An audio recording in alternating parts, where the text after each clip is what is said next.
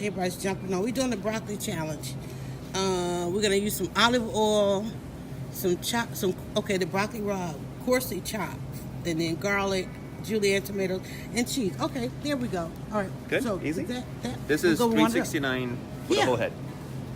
A head of broccoli raw. So there's more than one broccoli, y'all. I like the broccoli raw because that looks like it might be younger, more flavorful. Yes. Exactly. So that's why you gotta ask. They're here to help, y'all. What we got over here, y'all? What is this? Broccolini. Broccolini. What do you think broccolini is? Now, what is that? Does anybody know? What is broccolini, y'all? Is it baby broccoli also? No? Nope. Okay. What does it look like now?